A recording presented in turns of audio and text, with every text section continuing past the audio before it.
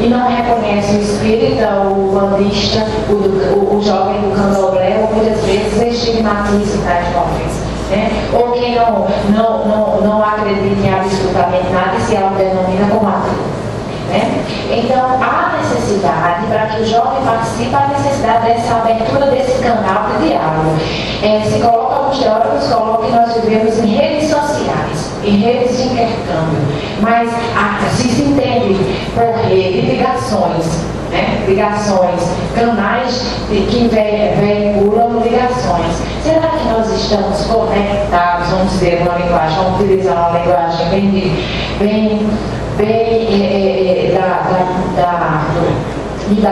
do campo da informação? Será que nós estamos nos conectando com os outros? Será que está se abrindo esse canais de diálogo para que se possibilite a participação de jovens de diferentes grupos sociais dialogando entre si?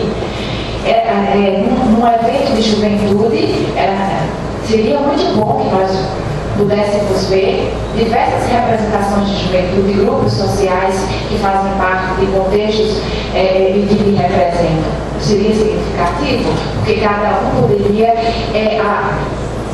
se apresentar, né? Mas a gente percebe não, né? A gente percebe que cada vez mais há essa dificuldade, pelo menos eu vejo nessa hora. Passar a palavra.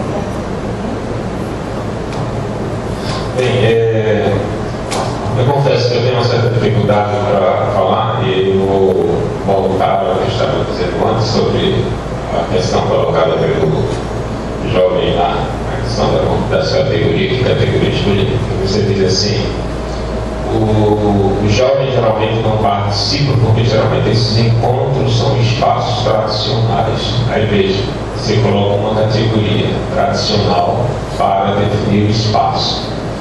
O que é isso, tradicional? Eu tenho dificuldade. Convenções. As convenções postas. Você tem uma convenção que for para um bairro da Vale, que tem futebol, a expressão é outra. Eu sei. Aí eu volto, né? Você vai ver, gente. Eu estou só colocando isso para a gente começar a pensar naquilo que a gente está fazendo, né? A gente escuta muito isso. Então, você está colocando conceitos para dizer que são categorias para definir determinadas realidades. Isso tem que ficar muito claro. E aí sim, eu penso que esses jovens, eles não participam porque, em grande parte, talvez eles não entendam o que está sendo dito. Aí é preciso que a pedagogia dos encontros, ela facilite essa comunicação. E há também uma questão que é muito mais ampla, que é a questão da educação mesmo, a criação de um capital cultural muito limitado. Acho que nossos jovens hoje não são postos a desafios. Eu participei de um encontro sobre protagonismo juvenil promovido por uma escola da rede particular em Caruaru, e aí escutei uma garota de 13 anos, eles estavam discutindo sobre música, e ela levantou-se e disse: olha, eu estou cansada de estar ouvindo que meu vizinho quer comer meu coelhinho. Que era uma música que estava tocando ali, meu vizinho quer comer meu coelhinho, né? E ela fez um discurso, né, inclusive chamando isso de lixo cultural e inusitado, né? E eu escutei, depois eu disse: olha, parabéns, né? 13 anos de idade, com uma cabeça extraordinária dessa, parabéns. Agora, será que esses jovens que curtem esse tipo de musicalidade que você critica, ele tem acesso às mesmas profissões culturais que você tem? Ou seja, como é que é? Eu volto a Bourdieu, porque é incrível, né? Não é Deus não, mas é incrível. Porque Bourdieu vai dizer exatamente que o hábitos é uma estrutura que se constitui na qual nós somos formados, né? O capital cultural, né? Mais especificamente, né? Ou seja, o que é posto à mesa para esses jovens comerem?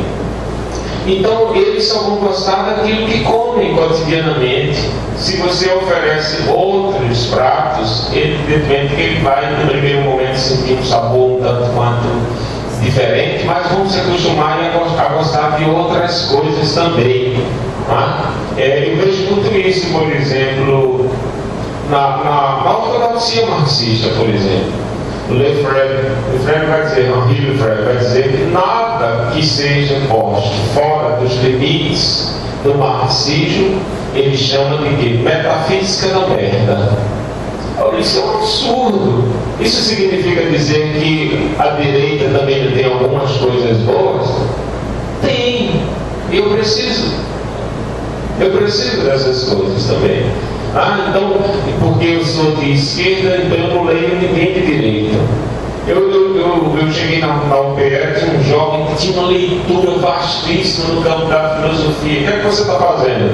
Aí eu estou pesquisando sobre religiosidade relacionada a figuras rupestres. Lá em Iati, depois de Garanhuns, tem uma comunidade que tem um sítio arqueológico, tem figuras rupestres, e as pessoas veneram. E eles veem cabeça de santo, veem pé de Maria, tem um monte de coisa lá. Tá? Aí ele disse, você já leu Durkheim? Ele disse, não. Eu disse, por quê? Porque o professor que está lá orientando detesta Durkheim. Como é que você vai estudar fenômenos religiosos se você não lê as formas elementares da vida religiosa, se você não lê? Tem que ler os clássicos. Então, aí, quando eu dispus a ele esse tipo de literatura, o cara deslanchou na pesquisa dele. Por quê? Porque outro prato foi dado a ele. Precisa desse outro prato. Então, eu penso que a gente precisa construir espaços também para esses jovens participarem, né?